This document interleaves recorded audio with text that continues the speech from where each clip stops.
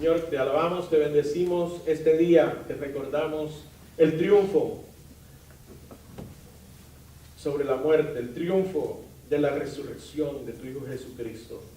Gracias, Señor, por darnos esa primicia, por darnos ese mensaje de salvación. ¿Cuántos hay en el mundo que no te conocen? Y nosotros tenemos la bendición de saber de que tú has resucitado y que esa esperanza también es para nosotros.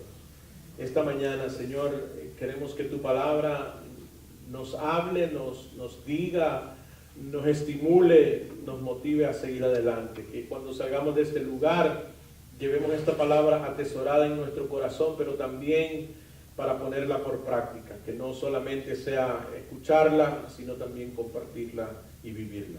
Te lo pedimos en el nombre de Jesús. Amén y amén.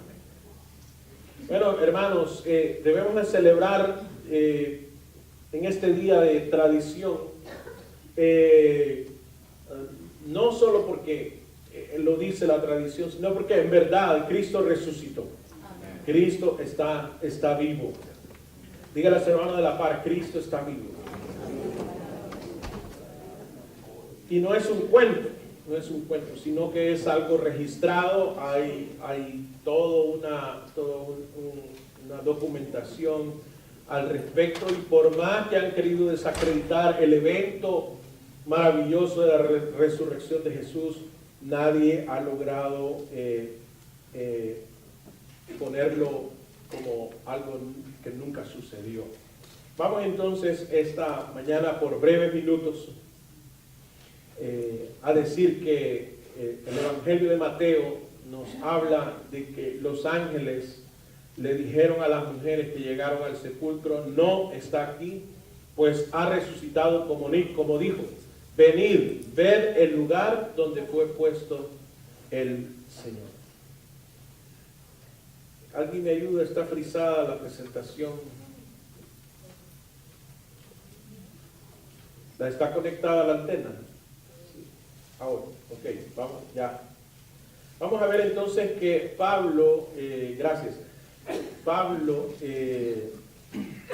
tuvo también el mensaje del Evangelio, llegó a él y nos habla de esta gran victoria. Esta gran victoria sobre la muerte fue anticipada y comprobada.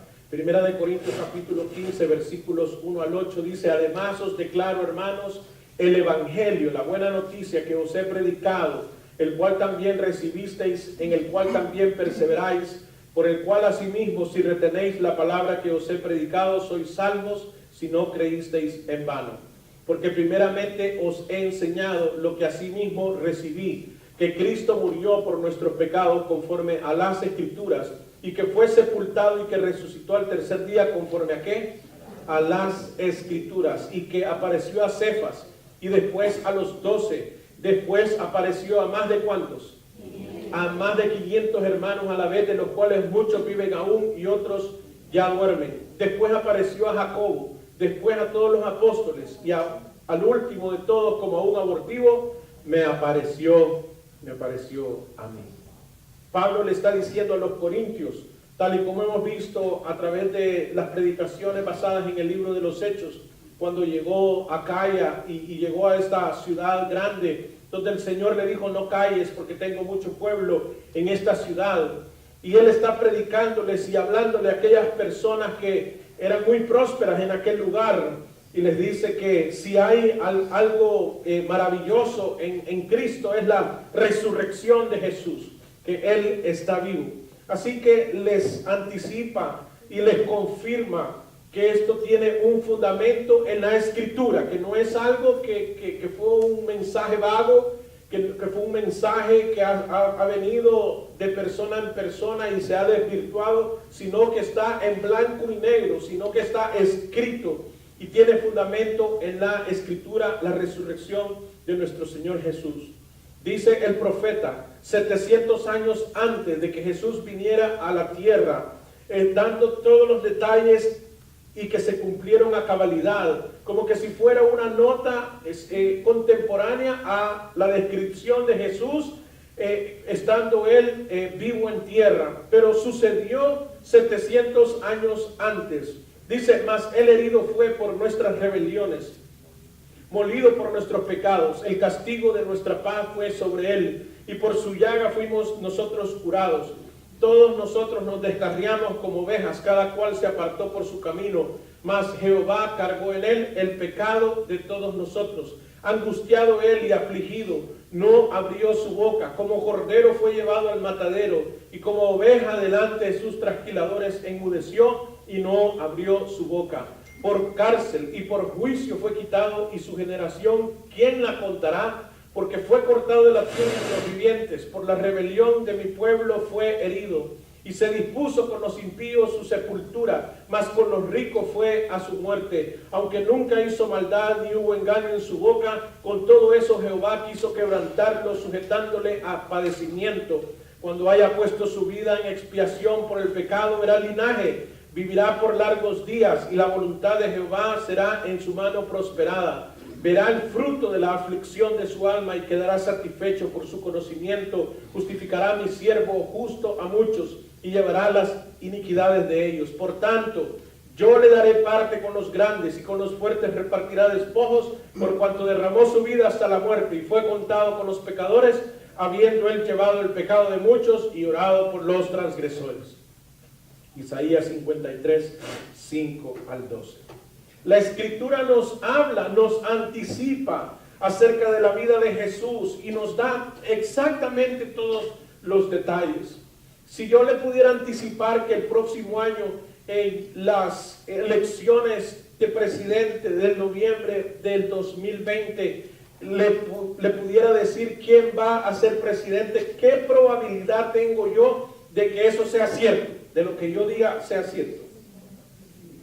Probablemente un 50, si es que no hay más candidatos de los tradicionalmente bipartidistas, algún candidato independiente. Sin embargo, usted no va a tener el 100% de certeza.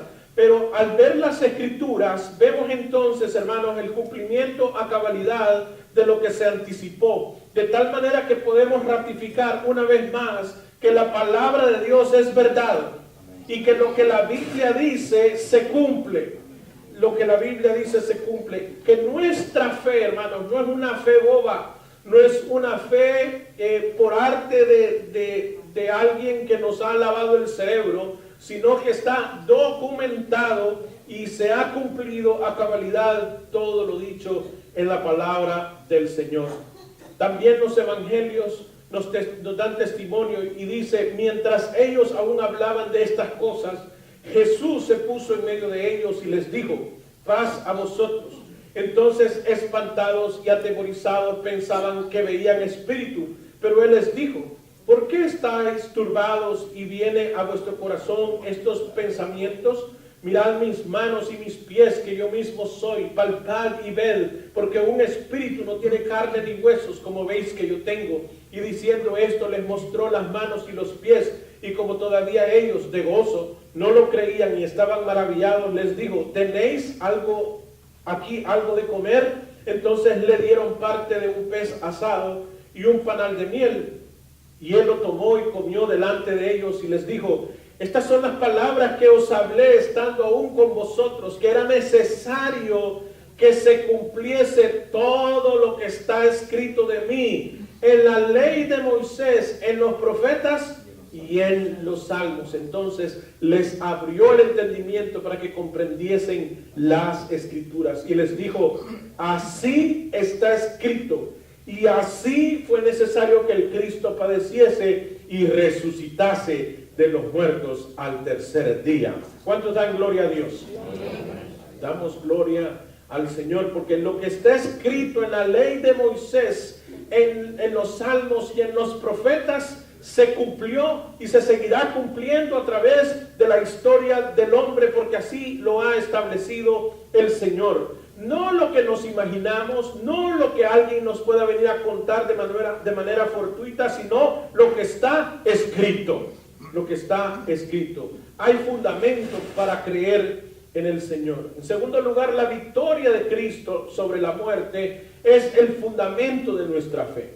Si nosotros no tuviéramos a un Cristo resucitado, probablemente, hermanos, nosotros nos estaríamos reuniendo sin ningún sentido espiritual. Probablemente nos podríamos llevar bien, y digo probablemente porque el factor determinante de que haya una buena relación entre nosotros es la presencia del Espíritu Santo. Porque por nuestra propia habilidad relacional debe de haber algún estímulo, como por ejemplo poder vender algo, lo cual me hace tratar de ser simpático porque quiero algo a cambio. O probablemente me aburra yo de las personas y como no tenemos algo trascendental que continuar, pues los cambio por alguien más. Pero hermanos, la victoria de Jesús sobre la muerte es fundamento de nuestra fe. Un fundamento es algo que se pone en la base de la tierra para construir. Entre nosotros hay un experto en suelos, que su trabajo es ir por la ciudad, evaluar la tierra y saber qué se puede construir ahí. ¿Alguna vez usted se ha preguntado por qué los edificios allá por Brickell, que tienen 70 y qué más pisos, no se han caído, estando tan cerca de la orilla del mar? O probablemente usted los ha visto ahí a la orilla del mar. Yo soy un ignorante acerca del estudio de los suelos, mas sin embargo, hermanos, a mi parecer eso debería de haberse caído hace ratos. No porque deseo que los habitantes de ahí mueran, sino porque me parece extraordinario que a la orilla del mar se eleven semejantes edificios. Pero el fundamento debe de ser uno sólido para que se pueda construir semejante estructura. Ahora, la pregunta es, ¿en qué está fundamentada nuestra fe? Está fundamentada en la relación que llevamos nosotros, de tal manera que si un día el pastor, un diácono o un hermano que regularmente se sienta a mi lado me falla, entonces yo dejo de seguir a Jesucristo. Está fundamentada nuestra fe en base a nuestro ánimo. Si hoy siento ánimo para creer en Jesús, pues hoy vengo, hoy es de resurrección, un día de resurrección, voy a ir, me voy a animar, me voy a llenar de ánimo para seguir. Pero el día que no tenga ganas, me voy a seguir quedando en mi cama y voy a abrazar la almohada como a más nadie he abrazado. Es el fundamento de nuestra fe, nuestras emociones. Es el fundamento de nuestra fe, las tradiciones. Bueno, de aquí entonces ya viene el día de resurrección. Voy a venir hasta el día de Thanksgiving. Porque bueno, ese es un día memorable y es el día que puedo ir a la casa de Dios. ¿Qué tipo de fundamento tenemos para seguir construyendo nuestra fe? Dependemos de un hombre o de una mujer carismática que nos habla y nos entusiasma, pero el día que ya no existe esa persona, entonces no hay quien nos entusiasme, no hay quien nos anime y nuestro fundamento se va a desboronar y el edificio espiritual que queríamos construir se va a caer. ¿Qué es nuestro fundamento? ¿En qué estamos basados? Estamos basados en el tipo de estructura de gobierno eclesiástico que tenemos, pero el día que ya no vea yo esos asuntos, entonces yo voy a dejar de perseguir a Jesucristo. No es justo, hermano, delegar en las personas la estabilidad de mi vida espiritual. El día que mi esposa deje de asistir a la iglesia, entonces yo ya no voy a asistir. El día que tus padres ya no asistan a la iglesia, tú ya no vas a dejar de asistir. Cuando cumplas 18 años, tú vas a decidir entonces si continúas en la iglesia o no. Ciertamente, legalmente tienes derecho. Pero el punto es, ¿espiritualmente has creído en Jesucristo para toda la vida? ¿O hasta cuándo te va a durar esa fe en Jesús? El fundamento de nuestra fe debe de ser lo suficientemente sólido como para continuar, para que vengan los años y nosotros continuemos creyendo en nuestro Señor Jesús. Dice, porque si no hay resurrección, continúa Pablo hablando a los Corintios, porque si no hay resurrección de muertos, tampoco Cristo resucitó. Y si Cristo no resucitó, vana es entonces nuestra predicación. Vana es también vuestra fe. Y somos hallados falsos testigos de Dios, porque hemos testificado de Dios que Él resucitó a Cristo, al cual no resucitó, si en verdad los muertos no resucitan.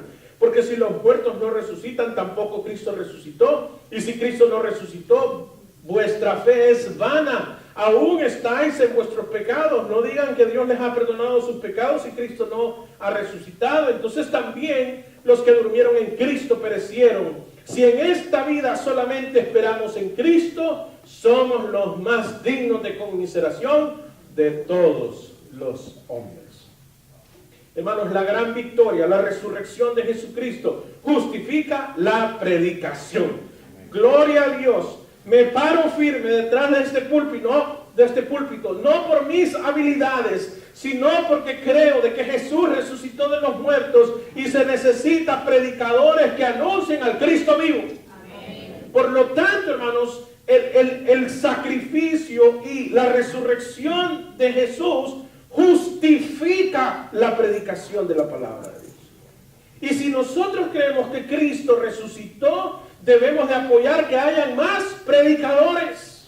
Porque dice Pablo, si Cristo no resucitó, vana es nuestra predicación. De nada sirven los predicadores si Cristo no ha resucitado. Estoy de acuerdo con respecto a aquellos humanistas que no creen en la resurrección de Cristo, ni creen en la divinidad de Cristo, al decir que nos reunimos simple y sencillamente por religiosidad. Pero hermano, Cristo resucitó y lo que hacemos hoy hace sentido, porque Él está vivo. Si Él no estuviera vivo, entonces definitivamente o estamos perdiendo el tiempo o no tenemos más nada que hacer y nos reunimos en este lugar. Pero gloria a Dios. Lo digo con la total confianza de mi convicción de que Cristo está vivo. Debemos de seguir predicando el Evangelio. Debemos de seguir sosteniendo la iglesia del Señor. Debemos de seguir aportando para que más iglesias sean abiertas. Debemos de creer en la plantación de nuevas iglesias para que haya más personas que puedan venir a los pies del Cristo vivo.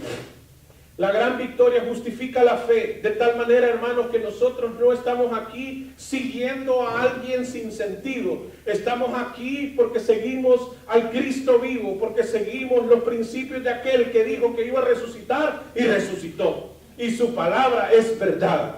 Y nosotros entonces, a través de la fe en el Jesús, en el Cristo vivo, nosotros justificamos la fe y decimos, sí, yo creo en Jesús porque Él resucitó. Y contundentemente, sin ningún desprecio, sin ninguna vergüenza, usted puede decirle al mundo, usted puede decirle a sus vecinos, soy creyente en el Cristo vivo.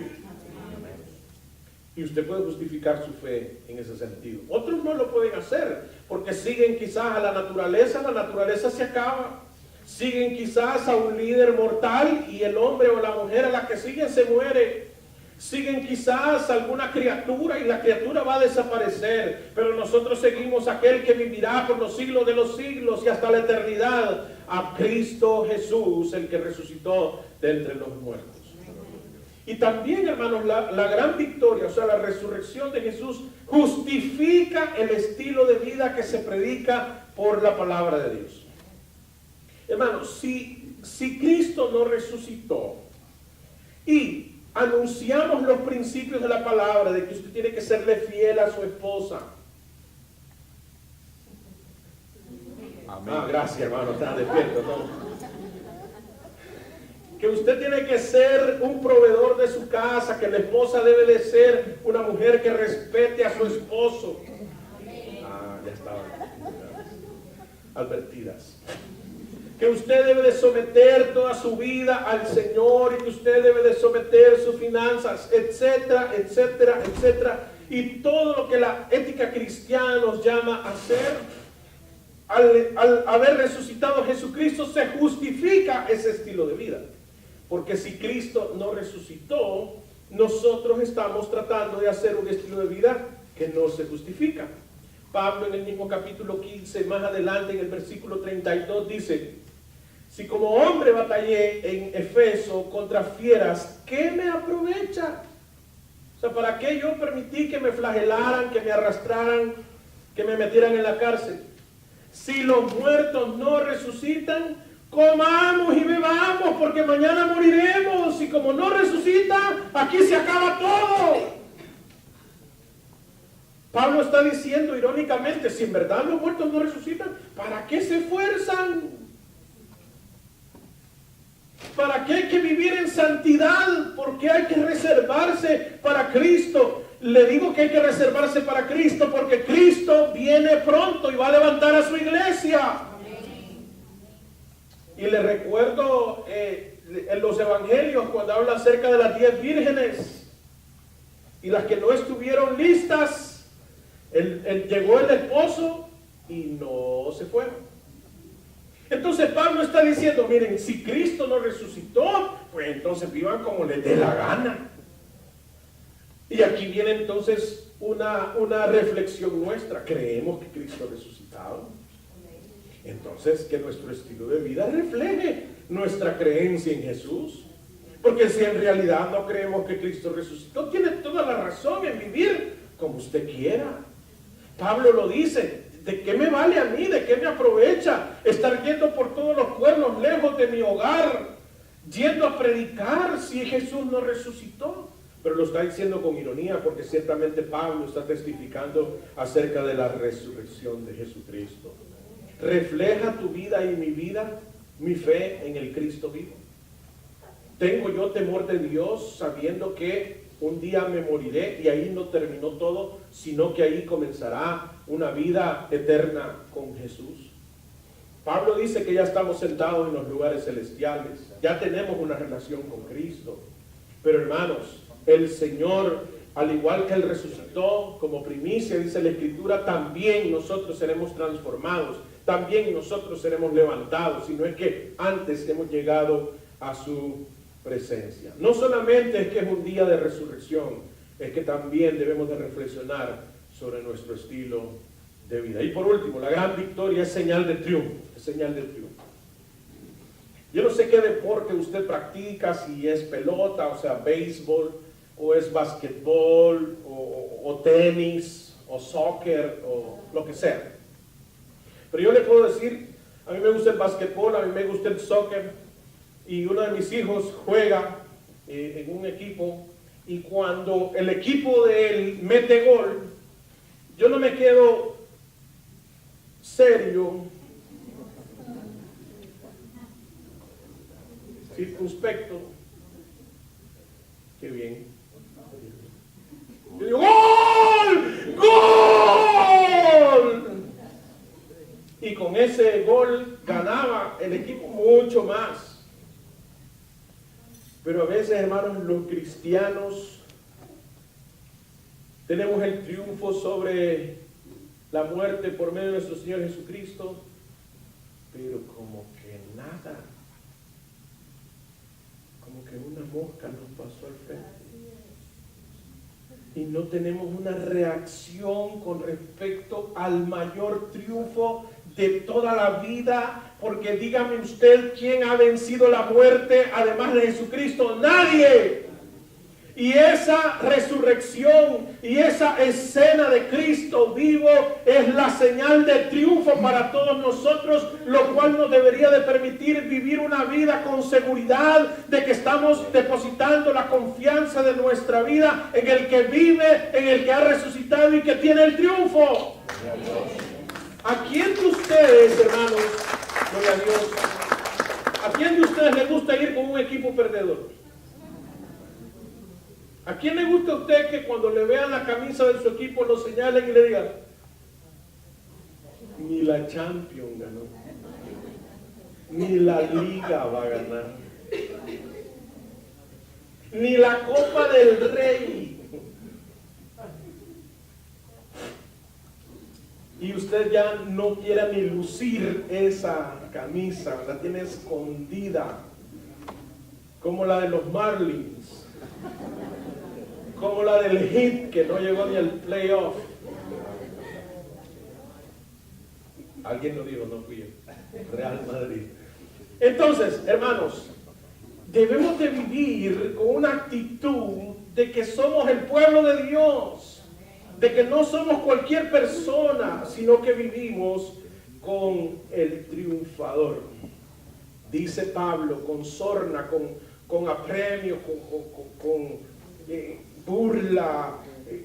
¿Dónde está, oh muerte, tu aguijón? ¿Dónde, oh sepulcro, tu victoria?